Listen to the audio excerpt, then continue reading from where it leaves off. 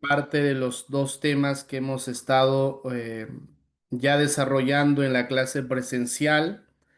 Hemos desarrollado la mitad del material, la otra parte ya los dejo a ustedes, porque dentro de ello estamos abordando dos temas en ese material, ¿no? Tanto los cantos litúrgicos como también referido a los cantos dentro de cada tiempo litúrgico.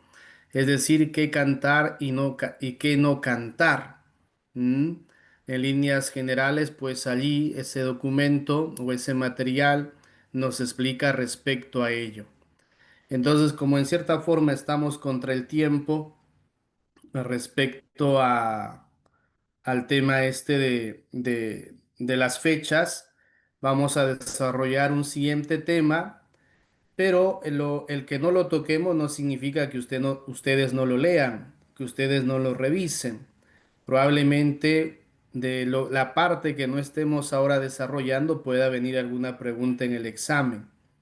Entonces eso implica que tengan que revisarlo, implica que tengan que leerlo para poder ir desarrollando y luego pues estar preparados para el examen. Ya se les dio creo la fecha de exámenes, así que por lo tanto deben estar pilas en ese sentido. Voy a compartir el material de ahora, lo que vamos a desarrollar y vamos a ver lo que viene a ser el canto religioso popular. Este que también lo encontramos en el documento de Sacrosanctum Concilio, muchos lo han visto ya en la parte, en los numerales 118 y 119. Entonces, dentro del capítulo sexto que habla sobre la música sagrada, también se aborda estos dos puntos que es importante, desde los cuales nosotros ahora vamos a hacer la reflexión, el desarrollo de nuestro tema, recurriendo también a la parte histórica brevemente.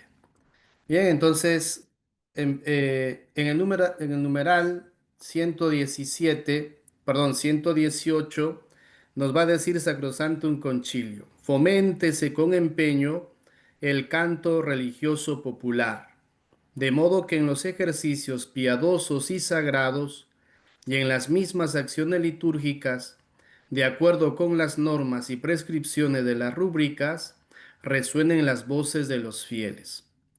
Y aquí caemos una vez más en la cuenta de lo que reiteradas veces he ido mencionando respecto al tema de las voces y no tanto el énfasis en el tema instrumental. Entonces quiere decir que el documento de Sacrosanctum Concilium hace énfasis en este punto. Aquí abre, diríamos, otros dos puntos importantes donde nosotros desempeñamos o desarrollamos también el canto. Dice en los ejercicios piadosos y sagrados. Entonces podríamos concluir o podríamos nosotros ir pensando qué ejercicios piadosos tenemos. El Santo Rosario, el Vía Crucis, ¿m? Momento de oración, la coronilla. Otro momento también puede ser eh, los ejercicios, como digo, del Vía Crucis o también la corona seráfica y tantos otros que dice van acompañados de cantos. ¿Cuál es la característica de estos ejercicios? Que llaman a la piedad y son sagrados. Estas dos vertientes es importante recordarlos porque los cantos los vamos a ver desde distintas formas y desde distintos modos. Desde luego también la adoración al Santísimo, ¿no? Pero la adoración del Santísimo en muchos casos es la prolongación de de la acción litúrgica que viene a ser la Eucaristía. Este domingo, por ejemplo, estamos celebrando Corpus Christi. Entonces, tenemos la celebración, los cantos tienen que ir en relación a lo que estamos celebrando, como viene a ser el Corpus Christi. Remarca que, si bien es cierto, también pone su mirada, Sacrosanctum Concilium, sobre los cantos religiosos populares, pero no quita de vista que también debe tener este elemento normativo y prescriptivo. ¿Mm? Esto es importante. Tiene lo normativo y lo prescriptivo para decir no hay que salirnos de eso. Hay que tener mucho cuidado en este sentido cuando también tomamos un canto referido a lo que nos propone la iglesia, a lo que cuida la iglesia y lo que también se van a ir dando en en distintos documentos para esto, ¿no? Entonces, una cosa no descuida lo otro, ¿eh? Está dando esa importancia, está dando ese interés a los cantos religiosos populares, pero también dice, tengan en cuenta las normas y las prescripciones de las rúbricas. Muy bien. En el 119 dice, como en ciertas regiones, principalmente en las misiones, hay pueblos con tradición musical propia que tiene mucha importancia en su vida religiosa y social. Hay, dice, con tradición musical propia. Esto es muy enriquecedor y esto también es muy importante que lo reconozcamos. Por lo tanto, dice, dese a esta música la debida estima y el lugar correspondiente no solo al formar su sentido religioso, sino también al acomodar el culto a su idiosincrasia, a tenor de los artículos 39 y 40 de Sacrosanctum Concilio. Entonces, cuando dice ténganse en cuenta las realidades de donde también se está celebrando, ¿no? Ténganse en cuenta el lenguaje, ténganse en cuenta las costumbres, ténganse en cuenta esta idiosincrasia. Es decir, la importancia de recoger y de tomar en cuenta toda esta tradición musical propia. ¿Qué ha llevado a tomarlo en cuenta? Vamos a decir justamente las misiones, la evangelización de pueblos,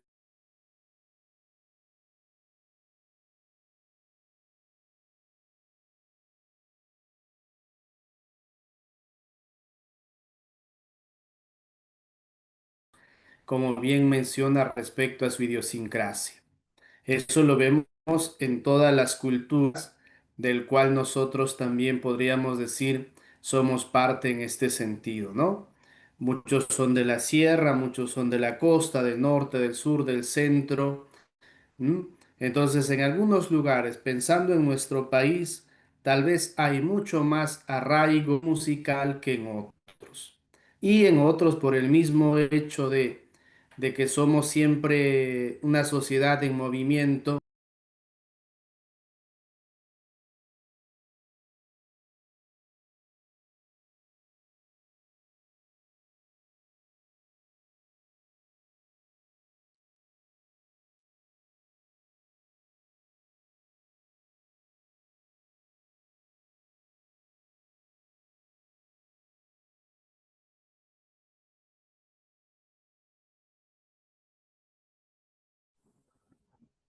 Padre, su micrófono está silenciado. Digo que se ha dejado de compartir el material. Deme un cinquito, voy a cambiarme de lugar para no tener problemas de conexión, ¿ya? 5 minutitos.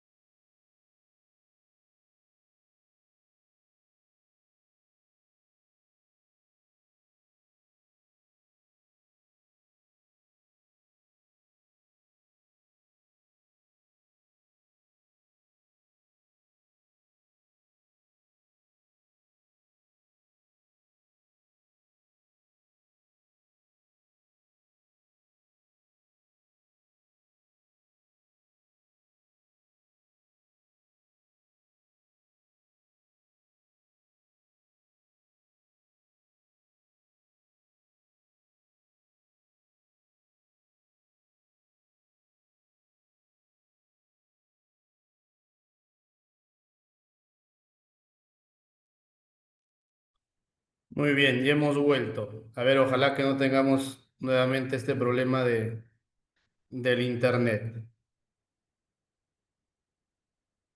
Entonces, estábamos aquí viendo esta parte. ¿Me escuchan, no? Sí, Sí, padre, se padre. escucha clarito. Muy bien, Sí, listo. padre. Entonces les decía respecto a cómo se toma en cuenta todo este tema de la tradición musical de cada lugar y que en ello ha tenido que ver también como una especie de sincronización, diríamos, entre la misión que ha ido avanzando de la evangelización para luego también asumir lo propio de cada lugar y entrar en esa sintonía y desde allí ir desarrollando pues lo que va a ser luego algo importante en cada liturgia, en cada celebración, de acuerdo a cada lugar. Luego también nos va a referir el 119, dice, por esta razón, en la formación musical de los misioneros, procúrese cuidadosamente que dentro de lo posible puedan promover la música tradicional de su pueblo, tanto en las escuelas como en las acciones sagradas. Respecto a esto, diríamos que no es una novedad, porque ya en uno de los documentos, muy bien, Talía, Arimana, bueno, vamos a ver hasta donde sea posible que, que estés presente bien. Entonces, Padre, buenas noches.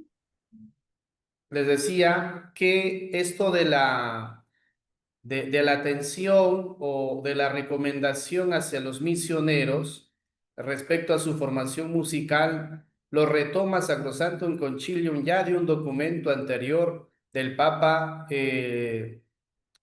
Pío XI, donde también hace mención sobre este tema porque la misión iba dándose ya en otros lugares que no era solo, diríamos, los lugares, las ciudades grandes. Entonces, siempre esta atención, ¿no? Sobre la formación musical. Yo diría no solo referido a los misioneros, como los sacerdotes, religiosos o religiosas, consagrados o consagradas, sino también en los misioneros laicos. Esta recomendación es para todos, que debe haber una formación, una promoción de la música tradicional de cada lugar donde nosotros nos encontremos. ¿Ve? Esto es importante.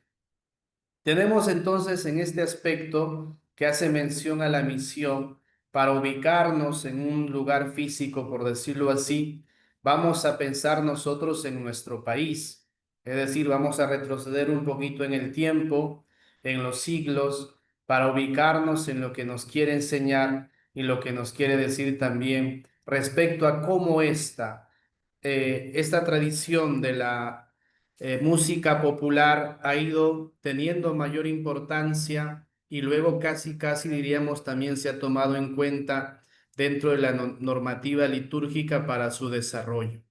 Pero esto tiene un trasfondo histórico y esto es lo que ahora también quisiera compartir y que luego esto lo podemos poner en relación con otras culturas, con otras costumbres. Solo tomo como ejemplo lo que vendría a ser la parte referida al canto religioso popular quechua en el Perú. Podríamos hablar de cualquier otro idioma, pero aquí quiero enfatizar en este tema del quechua como modelo y como ejemplo, no como el único. En esto quiero hacer ese énfasis. Entonces, tenemos que recurrir en este sentido a la historia, ¿m?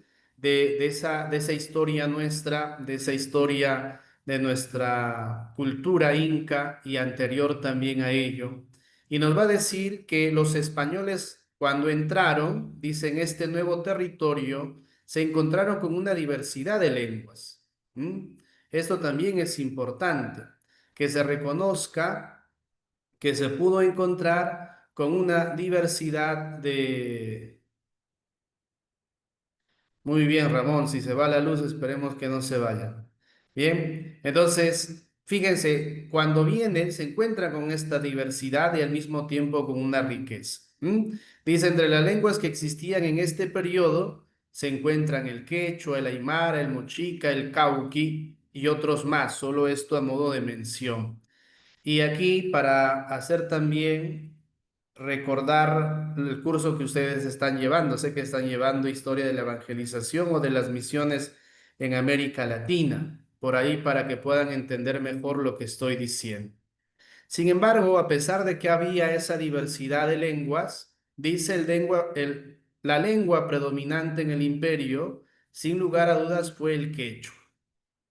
El quechua nació en los Andes de la Sierra Sureña, no sabemos exactamente el lugar. Bajo los incas se expandió por todo el Tahuantinsuyo. Y esto es muy propio de cada imperio, de cada aquel que tiene la ambición de seguir extendiéndose.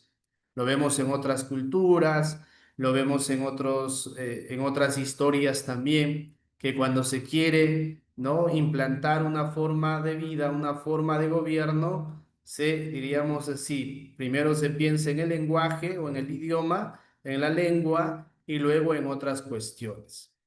Entonces dice, los incas impusieron la lengua quechua en todo el Tahuantinsuyo, de dos formas. Esto es interesante.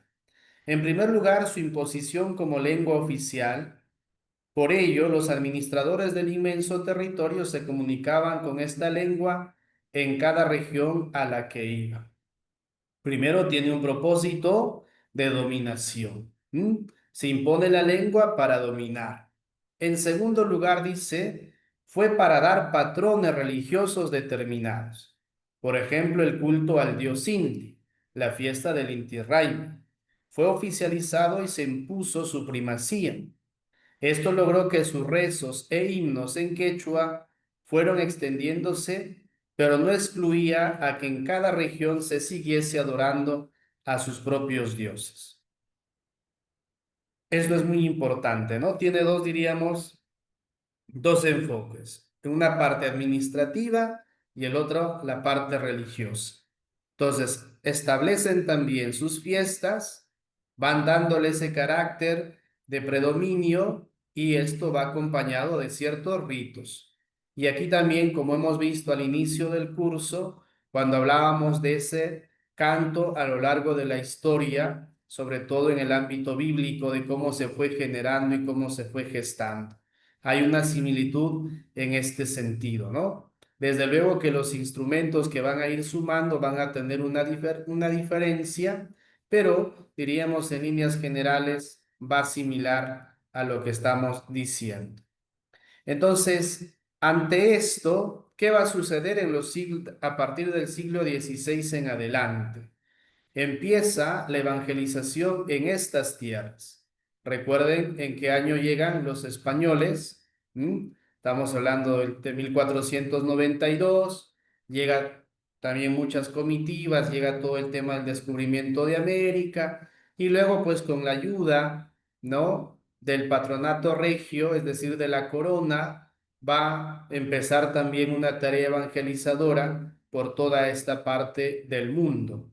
Entonces, la evangelización en estas tierras se llevó a cabo por misioneros de órdenes religiosas que estaban muy bien vistas en Europa. Esto seguramente lo están viendo en el curso de historia.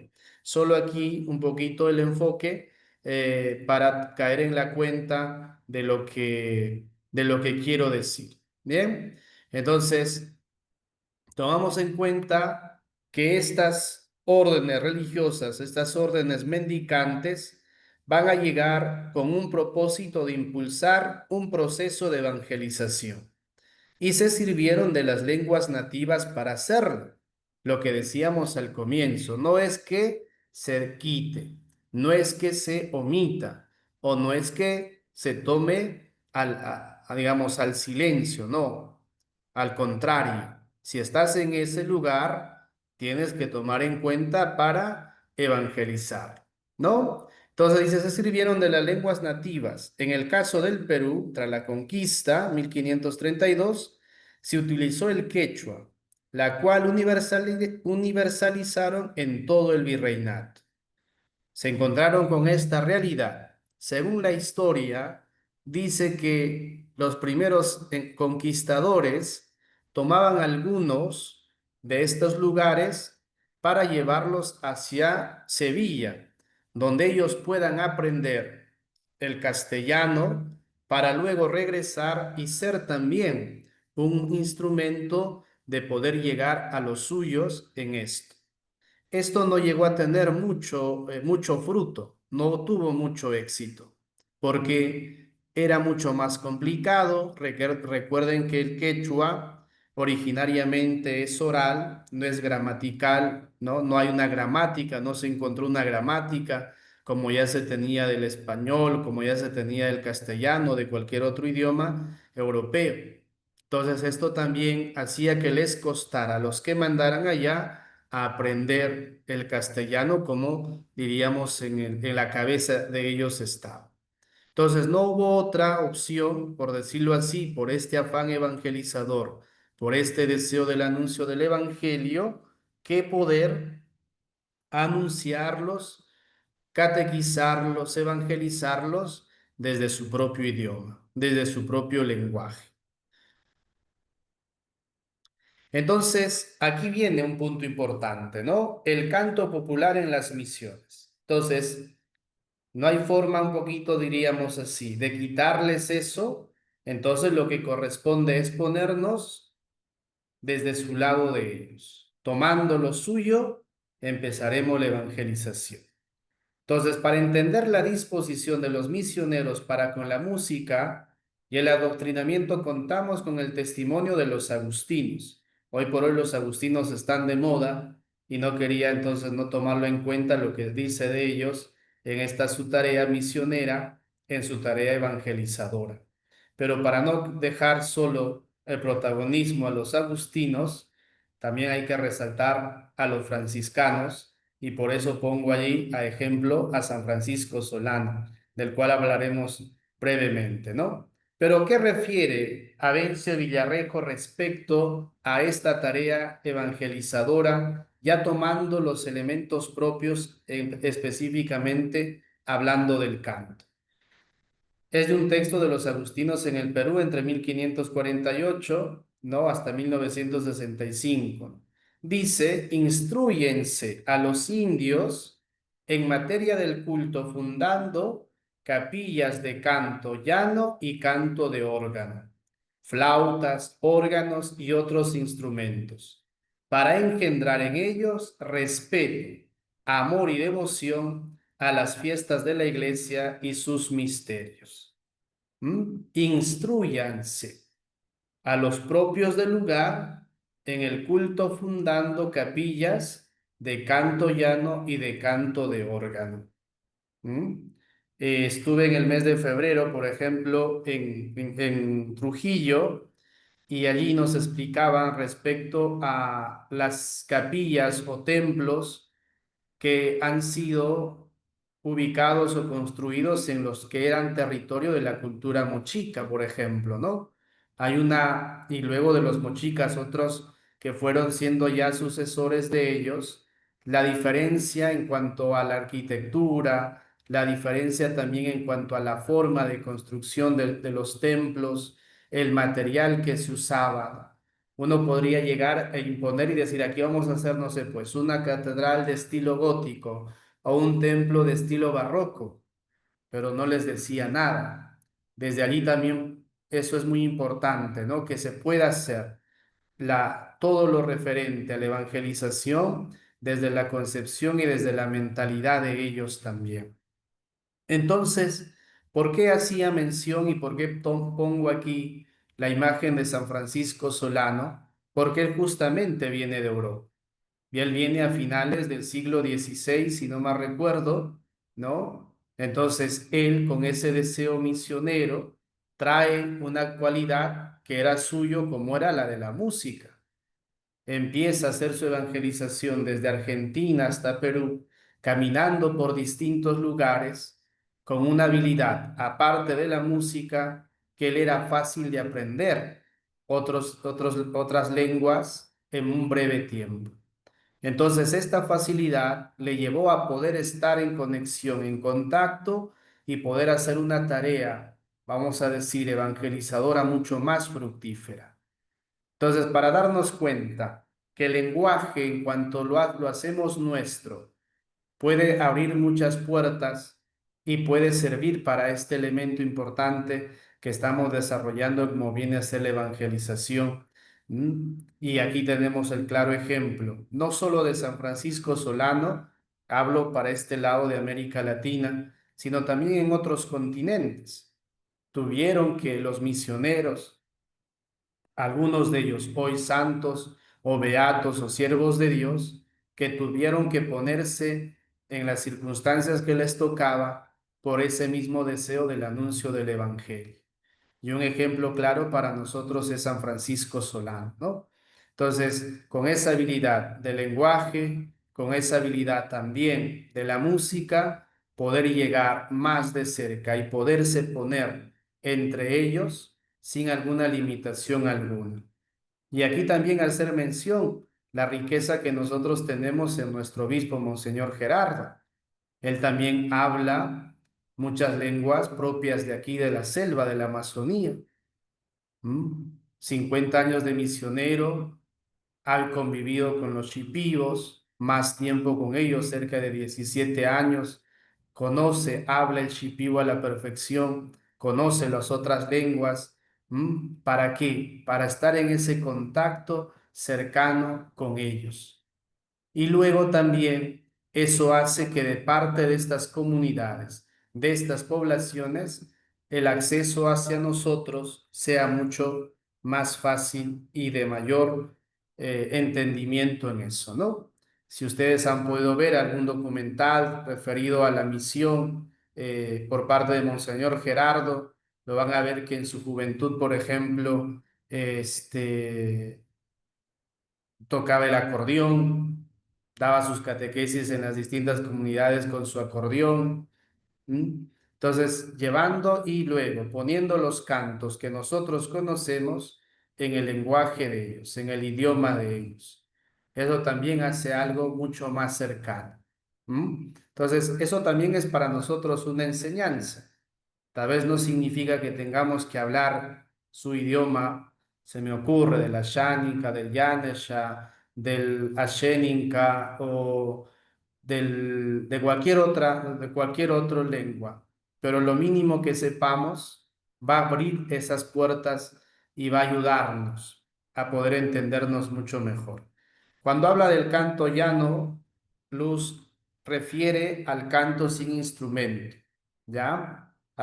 Se refiere que solo es canto, para tomar en cuenta eso. Entonces aquí me detengo en esta reflexión porque es importante hacerlo. A veces nosotros nos estamos rompiendo la cabeza. Por qué no nos centramos o por qué no, entre comillas, no nos conectamos con quienes damos catequesis? ¿Por qué no nos conectamos a eso? Porque tal vez lo estamos haciendo desde nuestra mentalidad, desde nuestros conceptos, desde nuestras formas y no estamos teniendo esta apertura a ellos en sus formas, en su idiosincrasia, en su manera de pensar, en su manera de ver, ¿no? Entonces esto también es importante. Y cuando nos abrimos a esa forma de ellos, también nos enriquecemos nosotros. Y es lo que ha pasado con grandes misioneros, con todos los que han vivido esto con ese afán y con ese deseo de llevar el Evangelio. Por eso a San Francisco Solano, que lo tenemos aquí en la casa en paz y bien, lo tenemos con la cruz y el rabel, sus dos, diríamos así, medios de evangelización.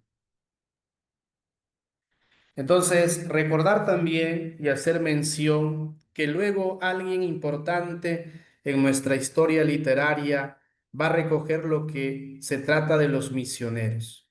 Y esto es importante también para nosotros, ¿no? Para todos es familiar, para todos creo es conocido José María Arguedas, tal vez con excepción de Paulita, que seguramente por cultura general lo sabe, si es que está en la sala, pero fíjense, él recoge lo referido a los misioneros. y cómo valora esta tarea. Dice, la sabiduría de los misioneros de comprender que para convertir a los indios era necesario llegar legítimamente a sus conciencias. Estudiaron su lengua, su música, la causa de sus temores, de su alegría. Qué importante entender a la otra parte en lo que es. ¿Mm?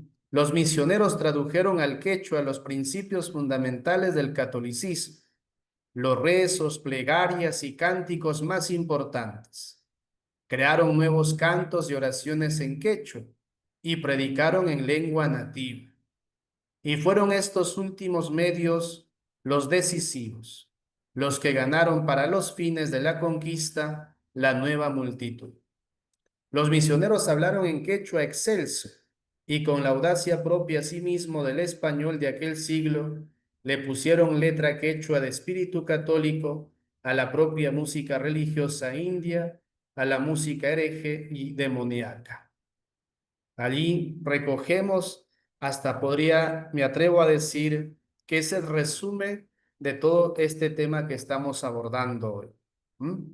Qué importante, entonces desde aquí vemos la tarea de parte de nuestros misioneros en el sentido de esta evangelización.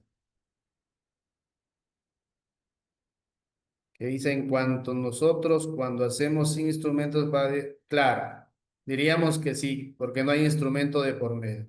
Bueno, Paulita, ahora estás conociendo a José María Arguedas. Muy bien.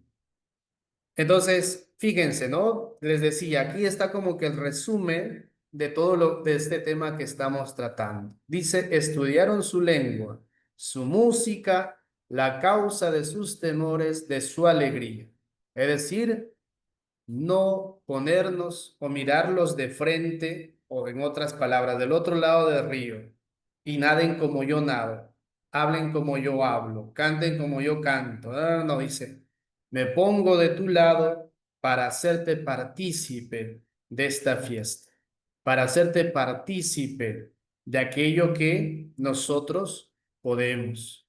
Por eso, a lo largo de toda la historia de la evangelización del siglo XVI en adelante, encontramos grandes personajes europeos, españoles, irlandeses, franceses, ingleses, que han aprendido el quechua como su segunda lengua, por decirlo así. Recuerdo a un misionero que decía, que ya llevaba más de 50 años en el Perú, él decía una cosa muy bonita. Decía, yo soy un peruano nacido en España. Decía así, ¿no? Qué piropo que nos hacía a nosotros. Hablaba el quechua, confesaba en quechua, cantaba en quechua. ¿Qué quiere decir? Que esta música nuestra envuelve mucho eso. ¿Mm? Sigue diciendo José María Arguedas, los cánticos y las plegarias, los rezos y las prédicas eran quechua en toda su belleza y poder. Esto es importante cuando hablamos del canto religioso popular. Tiene belleza y envuelve a toda la persona. ¿Mm? Esto es importante. ¿Mm? Cuando nosotros escuchemos, los invito, busquen en YouTube, por ejemplo, cantos litúrgicos en quechua. Cuando si alguien ha tenido la experiencia de haber ido a Ayacucho en Semana Santa, cómo se celebra la Semana Santa, el Viernes Santo, el Viernes del Dolor, el Sermón de las 7 Palabras que se hace en quechua, los cantos que envuelven todo eso, recoge lo que está diciendo, su belleza, su poder. Y repito, esto solo como un ejemplo, pasa lo mismo en otras culturas, con otro lenguaje, con otro idioma. Dice, allí estaban el cielo y la tierra como los veía y los sentía el indio, vivientes, llenos de la más tierna y majestuosa hermosura. Pero a la onomatopeya que lleva el rumor y la música profunda del paisaje andino. Los misioneros le infundieron el concepto racional superado de la filosofía y de la metafísica. Y de esa manera el quechua de los himnos religiosos es ilimitado. ¿no? Es decir, el lenguaje envuelve muchas cosas y es mayor de lo que estamos quedándonos solo, por decirlo así, en la mera letra. ¿Ve? Entonces, eso también es importante para nosotros recobrar quienes pueden estar hoy por hoy, de los que están aquí en la sala, en el curso, en lugares propiamente, como también nuestros hermanos nomadsiguengas, por allá por Pangoa, seguramente está Ramón, algún otro canto han recogido de esto, ¿no? Han recogido de lo que es litúrgico y lo han hecho propio, u otro que por ahí han sacado y como que a ellos les dice mucho más, le dice mucho más. Entonces, fíjense cómo José María Arguedas recoge muy bien toda la trayectoria y toda la historia que se desarrolló en torno a la música y al canto y a la evangelización por parte de nuestros misioneros durante este tiempo y esos siglos, ¿no? Entonces, luego también están los cantos populares que va acompañado de la piedad religiosa. Dice, los cantos religiosos en quechua han permanecido en la piedad popular como una fuente de la manifestación de fe. ¿Mm? Los cantos religiosos en quechua han permanecido en la piedad popular como una fuente de manifestación de la fe. Entonces, esto es importante, que nos lleva, recoge toda esa vivencia, su hacer cotidiano, su referencia también al dios sol, a la dios luz, digamos, a la diosa luna, pero como nuestros misioneros, tomando toda esta manera, esta cosmovisión, luego lo han sabido poner desde el lenguaje católico, desde el lenguaje de la iglesia, para diríamos, en otra forma, decir lo que recoge ya propiamente desde la formación catequética en este sentido. Entonces, las personas quechohablantes, podríamos decir, las personas de la Amazonía, podríamos decir las personas aymaras, podríamos decir las personas en cualquier otra cultura, en cualquier otro lenguaje, han encontrado en estas canciones una forma de manifestar su fe con sus propias palabras. Por ello, al entonarlas, muchas veces surgen en su rostro, dice, señales de una unión con el infinito, con Dios que se ha encarnado. ¿Mm? Hace vibrar todo su ser, ¿no? Hace vibrar todo esa existencia de lo que significa. Yo he vivido 3 años en Ayacucho y la verdad que esto es así, ¿no? Lo puedo decir porque lo he visto, lo he comprobado, sobre todo cuando asistía a una, bueno, todo Ayacucho es quechua hablante, pero unos más que otros, asistía a una comunidad cada 15 días, les celebraba la misa, venían a confesarse en quechua y hasta su mirada, como repito, digamos, su mirar de la vida, su mirar de sus acciones en relación a esto, cuando te lo dicen en su propio idioma, cambia, es diferente. Y cuando cantaban, pues nada, te ponía la piel de gallina por todo eso, y más aún cuando lo entiendes lo que están cantando en esas voces melodiosas, en esas voces que llevan todos los sentimientos, es otra cosa, ¿no? Es otra maravilla. Entonces, eso es a lo que lleva el canto popular, ¿m? Porque está en su propia esencia, porque está en su propia realidad. Entonces, qué sabiduría, digo yo, de la iglesia para recoger y para mirar esto también como algo elemental en esta tarea evangelizadora. No pensar que no lo tomes en uno, hay que tomarlo en cuenta. Por eso, dentro de estos cantos religiosos en quechua, dice los cantos del ordinario y del propio, han pasado desapercibidos lamentablemente, son pocos los cantos que se tienen. ¿Mm? Hay a lo largo, desde el siglo XVI en adelante hasta nuestros tiempos, han habido esfuerzos, han habido muchos propósitos de poder recoger y de recopilar los cantos religiosos populares para poder transmitir desde esto lo que se dice, ¿no? Por poner un solo ejemplo, un fray Jerónimo de Oré, misionero, hizo el primer catecismo en quechua, el famoso catecismo indiano. Él en ese catecismo va a plantear, por ejemplo, 7 cantos nada más. Pero en esos 7 cantos, en quechua, se recogía toda la enseñanza de la iglesia. Un canto para el Padre, un canto para el Hijo, un canto para el Espíritu Santo, un canto para los santos, un canto para la Virgen María, un canto para la cruz, un canto para el dolor, un canto para acción de gracias. Entonces, todo esto llevaba justamente a eso, ¿no? Es decir, ¿para qué multiplicar si desde ellos se podía enfocar con todo en su propio idioma, ¿no? Y aquí pongo de portada, este es un catecismo, el Hanaj Pachanyán, de los padres misioneros redentoristas.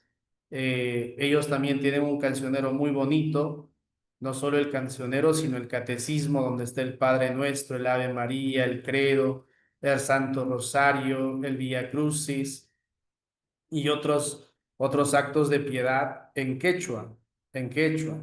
Una tarea de ellos, una tarea de Monseñor Coronado, quien también pudo hacer mucho en este sentido, la traducción de la Biblia, por ejemplo, al quechua, fue Monseñor Moloy, obispo de Huancavelica.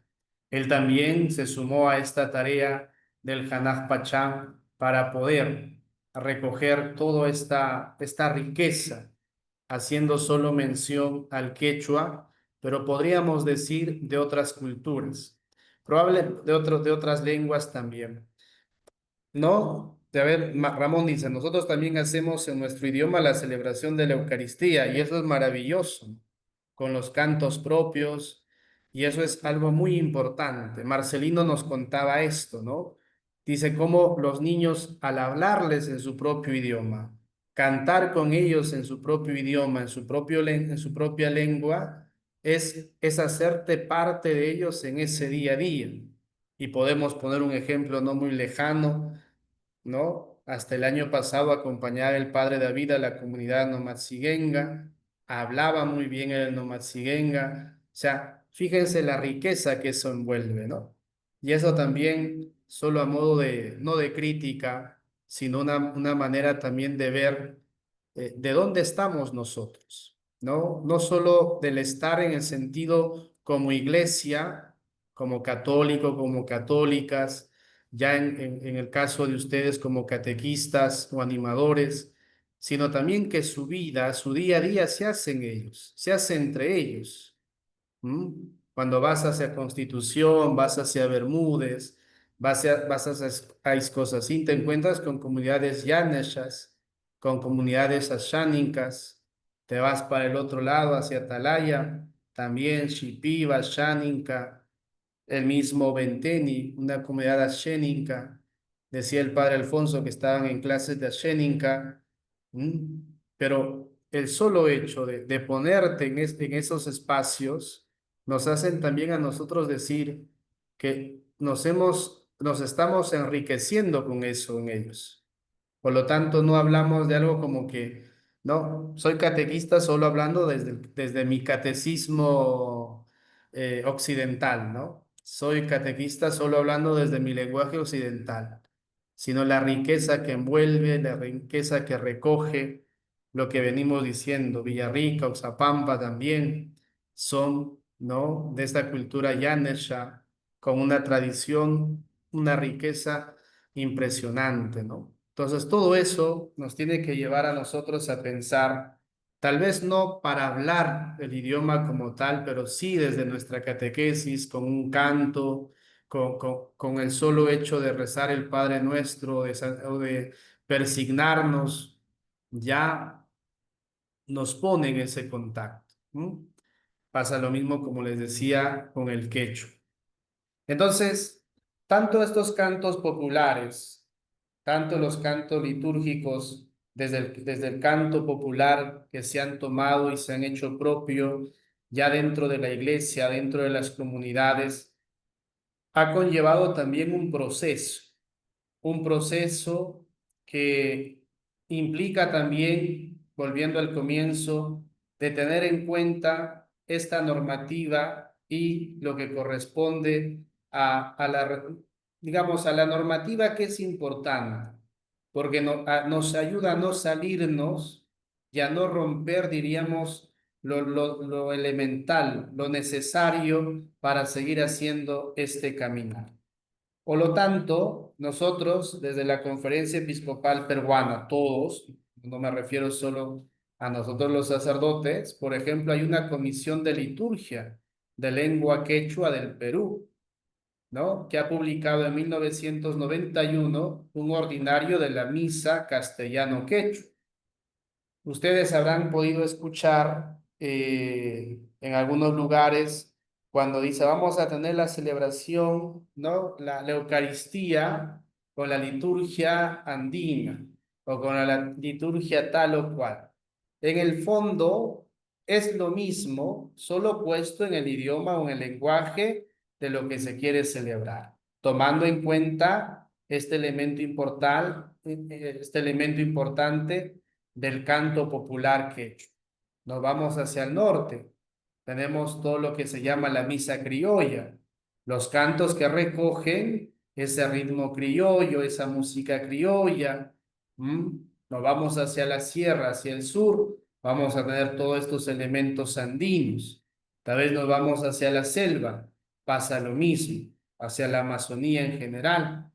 Entonces, en esto también es importante saber que hay una comisión de liturgia que vela, que cuida, porque haya digamos, esta comunión con lo que manda la iglesia, que haya este cuidado y esta vigilancia a lo que debe ser y cómo debe dirigirse también dentro de las celebraciones litúrgicas grandes, como también de las devociones de piedad y también que en otros espacios se puede hacer, ¿no?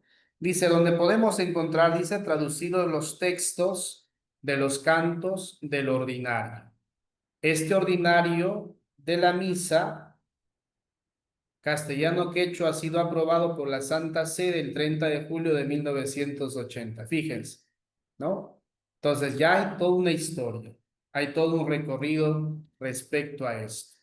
Entonces, así quería terminar con esto, que la conferencia episcopal, dentro de la comisión de la liturgia, como de otras comisiones, tienen como tarea salvaguardar y cuidar que todo lo que pueda venir de la parte popular tenga este elemento importante de la atención y del cuidado para un desarrollo sin descuidar que es importante en el desarrollo de digamos, de la devoción, del crecimiento de la fe y de seguir fortaleciendo.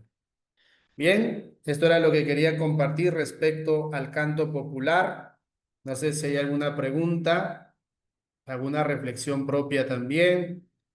Tal vez Ramón nos quiera compartir brevemente cómo es esa experiencia de hacer tu catequesis en en tu propia lengua. ¿Cómo cómo notas esa diferencia entre tal vez en otras veces la tengas que hacer en el castellano? Si estás ahí, Ramón, y la lluvia no te ha hecho que salgas de de la sala. ¿Estás ahí, Ramón?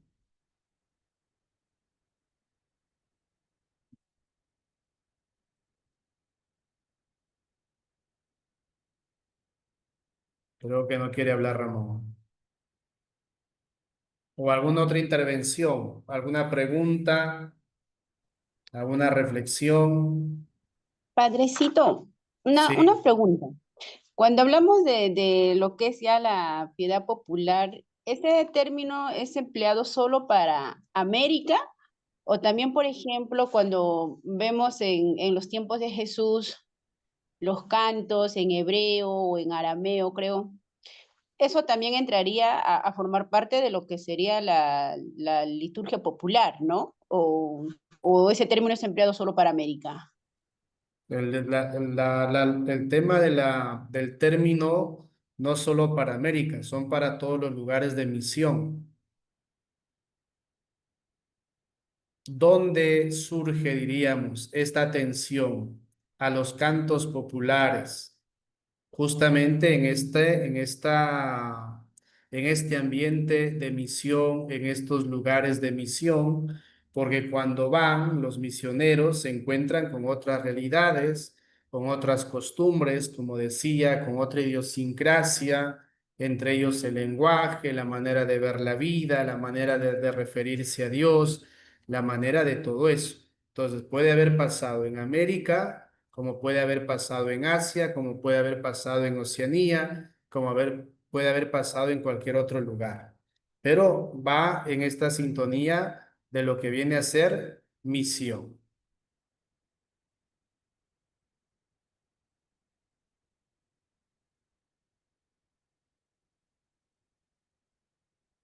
Muy bien, ¿alguien más?